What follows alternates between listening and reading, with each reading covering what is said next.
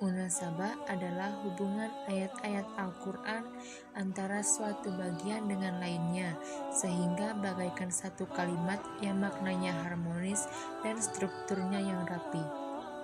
Sedangkan menurut Az-Zarkashi, munasabah adalah merupakan usaha pemikiran manusia untuk menggali rahasia hubungan antara ayat atau surah yang dapat diterima akal. Bentuk-bentuk dari munasabah. Pertama, hubungan kata demi kata dalam satu ayat. Munasabah ini terjadi karena antara bagian-bagian Al-Quran tidak ada keterkaitan, sehingga nampak bahwa masing-masing ayat berdiri sendiri. Maka untuk menyatakan dari hubungan kata dalam satu ayat tersebut diperlukan penghubung yang disebut dengan huruf a'taf.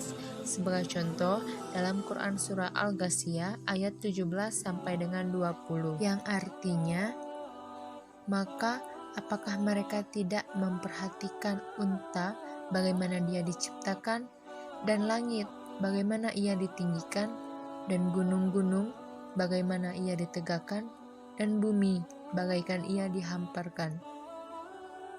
Kemudian hubungan antara kandungan ayat Al-Quran dengan fasilah atau penutup ayat.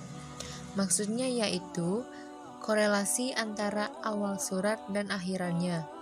Misalnya dalam surah Al-Qasas, pertama dimulai dengan kisah Nabi Musa alaihissalam dan Fir'aun serta pasukannya.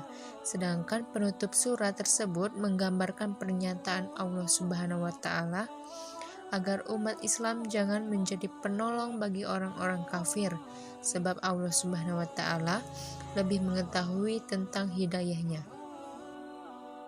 Selanjutnya, hubungan mukadimah satu surat dengan surat berikutnya. Mukadimah adalah pembukaan dari suatu surat. Contohnya yaitu surah Al-Fatihah dengan surah Al-Baqarah.